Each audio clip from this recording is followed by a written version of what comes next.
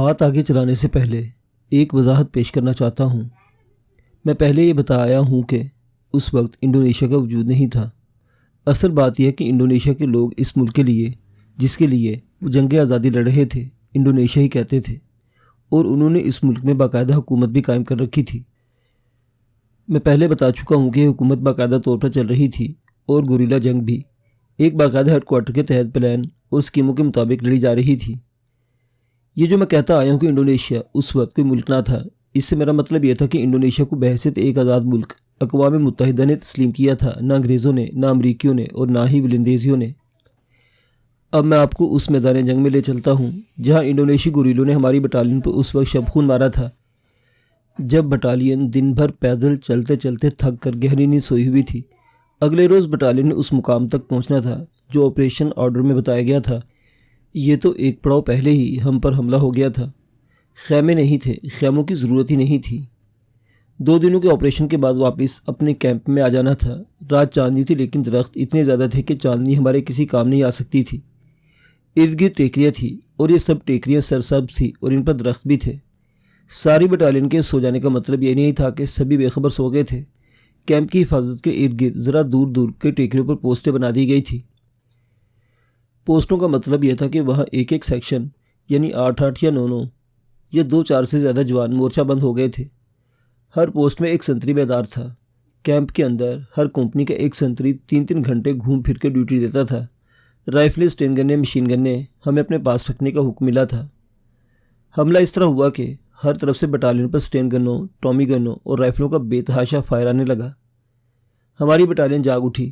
Camp کی ارد گرد کی تمام پوسٹوں سے روشنی راؤنڈ فائر ہونے لگے، جنہوں نے رات کو دن بنا ڈالا۔ اس کے ساتھ ہی ہر پوسٹ میں سے مشین گن اور رائفلیں اندھا دھند جوابی کارروائی کرنے لگی۔ فوجی ٹریننگ کے مطابق تمام پلٹن اٹھ کر کیمپ کے ارد گرد مورچہ بند ہو گئی۔ کمانڈنگ آفیسر اور کمپنی کمانڈر وغیرہ فوراً آگے اور چلا کر حکم اور ہدایات دینے لگے۔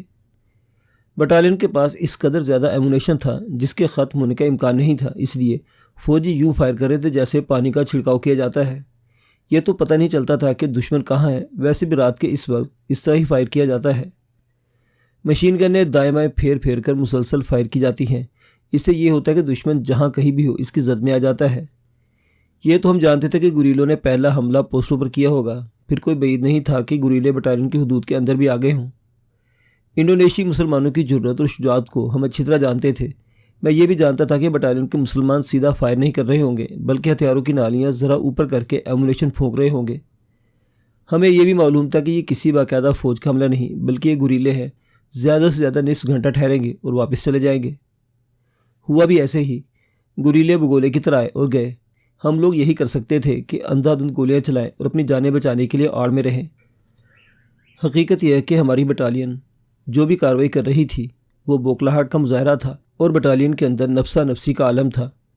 یہ تو پتہ نہیں چلتا تھا کہ جو قیامت کا فائر ہو رہا ہے اس میں گوریلوں کو فائر کتنا لگا ہے اور کیا ان کا فائر بند ہو چکا ہے یا نہیں۔ کمپنی کمانڈروں اور کمپنی صوبے داروں وغیرہ نے اپنی کمپنیوں کو اپنی کمانڈ میں لے لیا تھا۔ پھر جس طرح اچانک فائر شروع ہوا تھا اسی طرح اچانک بند ہو گیا۔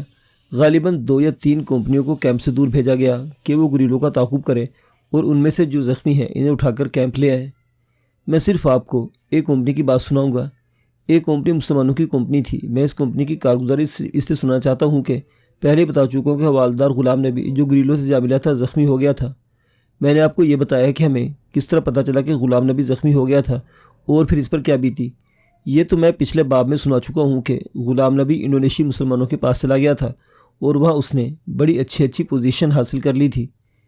وہ تجربہ کار حوالدار تھا اور میں نے یہ بھی بتایا کہ ہماری بٹالین جس آپریشن پر جا رہی تھی وہ گوریلوں کے اجتماع کے خلاف تھا اور گوریلوں نے کوئی بڑی زبردست کارروائی کرنی تھی، اور یہ بھی پتہ چل گیا تھا کہ ان کی اس کارروائی میں غلام نبی کی حیثیت ایک کمانڈر جیسی ہے۔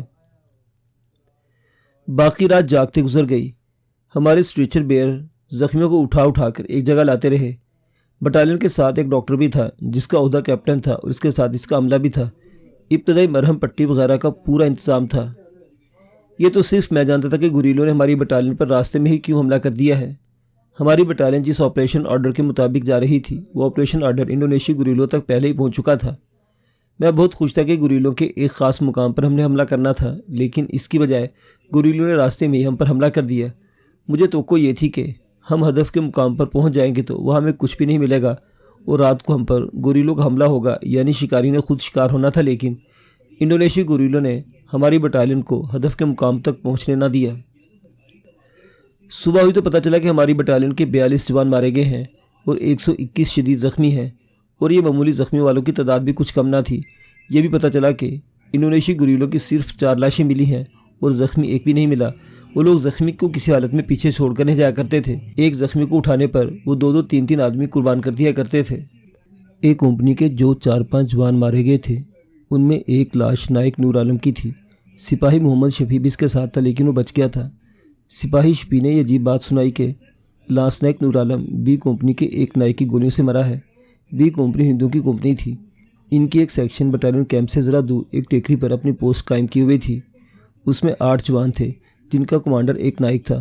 سپاہی شفیع نے یہ سب کو بتایا کہ لانس نائک نور عالم اس ہندو نائک مشین گن کی گولیوں سے مرا ہے، لیکن اصل بات جو تھی وہ ہر کسی کو بتانے والی نہیں تھی۔ میں آپ کو وہ بات سنا دیتا ہوں، دراصل یہی بات سننے والی ہے۔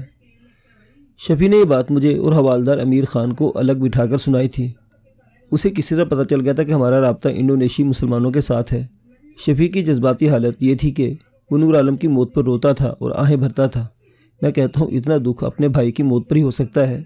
شفیع نے میں رازداری کے لہجے میں یہ بات سنائی کہ ان کی کمپنی کو ملا تھا کہ وہ فلاں طرف نکل جائے اور گوریلوں کو تلاش کرے۔ کمپنی جنگی ترتیب کے مطابق پھیلتی جا رہی تھی۔ علاقہ ٹیکری اور چٹانوں والا تھا اور جو آگے بڑھتے جا رہے تھے جنگل گھنا ہوتا جا رہا تھا۔ یوں ہوا کہ لانس نائک اور نور عالم اور سپاہی شفیع اپنی کمپنی سے کچھ الگ ہو گئے۔ یہ کوئی غلطی نہیں تھی، نہ ہی یہ کوئی غیر فوجی کارروائی تھی۔ البتہ اتنا ضرور ہوا کہ ان دونوں کو محسوس ہی نہ ہوا کہ وہ کمپنی سے کچھ زیادہ ہی دور ہو گئے ہیں۔ دونوں کو کس طرح معلوم تھا کہ انہیں ایک فوجی رسم پوری کرنے کے لیے بھیجا گیا ہے۔ یہ ممکن نہیں تھا کہ کوئی گوریلا ان کے ہاتھ چڑھ جاتا۔ دونوں جا رہے تھے تو ایک گھنی جھاڑی کے پیچھے کسی کے کراہنے کی آوازیں سنائی دینے لگی۔ دونوں رک گئے۔ چاندنی اور زیادہ صاف ہو گئی تھی۔ چونکہ وہ جنگلاتی علاقہ تھا اس لیے چاندنی میدان علاقوں کی نسبت زیادہ شفاف اور چمکدار ہوتی تھی۔ نور عالم کے پاس ٹین گن تھی اور شفیع کے پاس رائفل تھی۔ دونوں اپنے ہتھیاروں کی نالیاں جھاڑی کے اندر کر کے آہستہ آہستہ آگے بڑھے اور پوچھا کون ہے۔ کراہنے کی آوازوں کے ساتھ یہ آواز آئی، آگے آ جاؤ۔ آواز بڑی ہی کمزور تھی اور ریجا کراہنے والا ہی تھا۔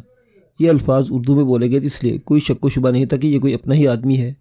دونوں اکٹھے ذرا تیز قدم اٹھاتے ہوا پہنچے تو دیکھا کہ ایک آدمی جس کی وردی انڈین آرمی والی نہیں تھی پیٹھ کے بل پڑا تھا اور اس کے ہاتھ میں ٹومی گن تھی جو اس نے ان دونوں پر تان رکھی تھی، یعنی اس کی نالی ان دونوں کی طرف تھی۔ دونوں اپنے ہتھیار نیچے رکھ دو، اس آدمی نے کہا۔ میری انگلی ٹریگر پر ہے۔ تم حوالدار غلام نبی تو نہیں؟ لانس نائک نور عالم نے اس کے قریب گھٹنوں کے بل ہو کر کہا۔ نور عالم ہو؟ اس آدمی نے پوچھ کر بولا، میں غلام نبی ہی ہوں۔ میں اتنا زیادہ زخمی ہوں کہ بیٹھ بھی نہیں سکتا۔ میرے ساتھ کیا سلوک کرو گے؟ یہ مت بھولنا کہ تم بھی مسلمان ہو۔ شفیع نے میں سنایا کہ حوالدار غلام نبی سے اچھی طرح بولا نہیں جاتا تھا۔ نور عالم اور شفیع کو معلوم تھا کہ غلام نبی انڈونیشی گوریلوں کے پاس چلا گیا ہے۔ یہ تم بتاؤ ہم تمہارے ساتھ کیا سلوک کریں؟ نور عالم نے کہا۔ جہاں کہو گے اٹھا کر وہاں تک لے جائیں گے۔ غلام نبی نے پانی مانگا۔ ہر فوجی کے پاس پانی کی بوتل ہوا کرتی تھی۔ نور عالم اور شفیع نے بیک وقت اپنی اپنی بوتل کھولی اور غلام نبی کے ہاتھ بڑھا کر نور عالم سے بوتل لے لی اور پانی پی لیا۔ اس نے انہیں کہا کہ وہ اسے یہاں سے اٹھا کر کچھ دور تک پہنچا دیں اور خود واپس آ جائیں۔ وہ کہتا تھا کہ وہ اسے چھوڑ کر نہیں جائیں گے۔ اس کا مطلب تھا انڈونیشی گوریلے۔ اس نے کہا کہ اب تو وہ چلے گئے ہیں لیکن اس کی تلاش میں ضرور آئیں گے اور اسے اٹھا کر لے جائیں گے۔ اگر انگریزوں سے ترقی لینے کے لالچ میں مجھے اٹھا کر بٹالین لے جانا چاہتے ہو تو یہیں پڑا رہنے دو، غلام نبی نے کراہتی آواز میں کہا۔ لعنت ہے ہم پر اگر تمہیں ایسا دھوکہ دیں، نور عالم نے کہا۔ زخم کہاں ہے؟ غلام نبی نے بتایا کہ اس کے بائیں ٹانگ پر مشین گن کی 4-5 گولیاں لگی ہیں اور شاید ہڈی بچ گئی ہے۔ بائیں بازو پر بھی 2 یا 3 گولیاں لگی تھیں اور وہ کہتا تھا کہ بازو کی ہڈی بھی بچ گئی ہے شاید، اور گولیوں نے پٹھے کاٹ دیے ہیں۔ اس کا خون بڑی تیزی سے بہہ رہا تھا۔ نور عالم اور شفیع نے کہا کہ ان کے پاس فیلڈ پٹیاں ہیں، وہ ٹانگ اور بازو پر باندھ دیں گے، لیکن غلام نبی نے کہا کہ یہ پٹیاں کافی نہیں ہوں گی اور وہ ان دونوں کو زیادہ دیر تک وہاں روکنا بھی نہیں چاہتا تھا۔ نور عالم اور شفیع نے بہت بڑا خطرہ مول لے لیا تھا۔ خطرہ یہ کہ وہ اپنی کمپنی سے الگ ہو گئے تھے اور انہیں فکر ہی نہیں تھا کہ کمپنی کہاں جا نکلی ہوگی۔ انہوں نے غلام نبی کے لیے ہر طرح کی قربانی دینے کا ارادہ کر لیا۔ سپاہی محمد شفیع نے ہمیں سنایا کہ یہ غلام نبی کی ہمت اور برداشت تھی کہ وہ بے ہوش نہیں ہوا تھا، ویسے اس کی حالت بہت ہی بری تھی۔ ان دونوں سے مل کر اٹھا لیا۔ غلام نبی 6 فٹ قد کا گھٹے ہوئے جسم والا جوان تھا اور اللہ نے اسے بڑی جسمانی طاقت دی تھی۔ اصل طاقت تو اس کا ایمان تھا۔ نور عالم اور شفیع بھی کوئی کمزور آدمی نہیں تھے، لیکن مشکل یہ تھی کہ غلام نبی کی زخمی ٹانگ اور زخمی بازو کو سنبھالنا مشکل ہو رہا تھا۔ کوئی اور ذرا کمزور آدمی ہوتا تو وہ ان زخموں سے ہی مر چکا ہوتا۔ غلام نبی بار بار پانی مانگتا تھا اور یہ دونوں اسے پانی پلاتے رہے۔ غلام نبی نے کراتے ہوئے نے بتایا کہ اس گوریلا حملے کا کمانڈر وہ خود تھا۔ وہ کیمپ کے اندر چلا گیا تھا اور اسے یقین تھا کہ اس نے 10-12 فوجی تو مار لیے تھے اور کئی ایک کو زخمی کیا تھا اور نکل بھی آیا تھا۔ گوریلے زیادہ دیر نہیں ٹھہرا کرتے۔ غلام نبی جب کیمپ سے دور نکل آیا تو پیچھے سے اس پر مشین گن فائر ہوئی تھی۔ تقریباً 1 میل دور گئے ہوں گے۔ غلام نبی نے روک لیا اور کہا کہ اسے زمین پر لٹا دے۔ میرا خیال ہے فاصلہ 1 میل سے کچھ زیادہ تھا۔ ٹیکری اور چٹانیں اتنی زیادہ تھی کہ چند قدموں پر مڑنا پڑتا تھا۔ غلام نبی محفوظ جگہ پر پہنچ گیا تھا۔ ایک کام کرو، غلام نبی نے نور عالم اور شفیع سے کہا، گیدڑ کی آواز نکالو پھر چپ ہو جانا۔ شہروں کے لوگ شاید گیدڑ کی اس آواز سے واقف نہ ہو جو رات کو گیدڑ اکٹھے ہو کر نکالا کرتے ہیں۔ دیہات کے لوگ ان آوازوں سے بڑی اچھی طرح واقف ہیں۔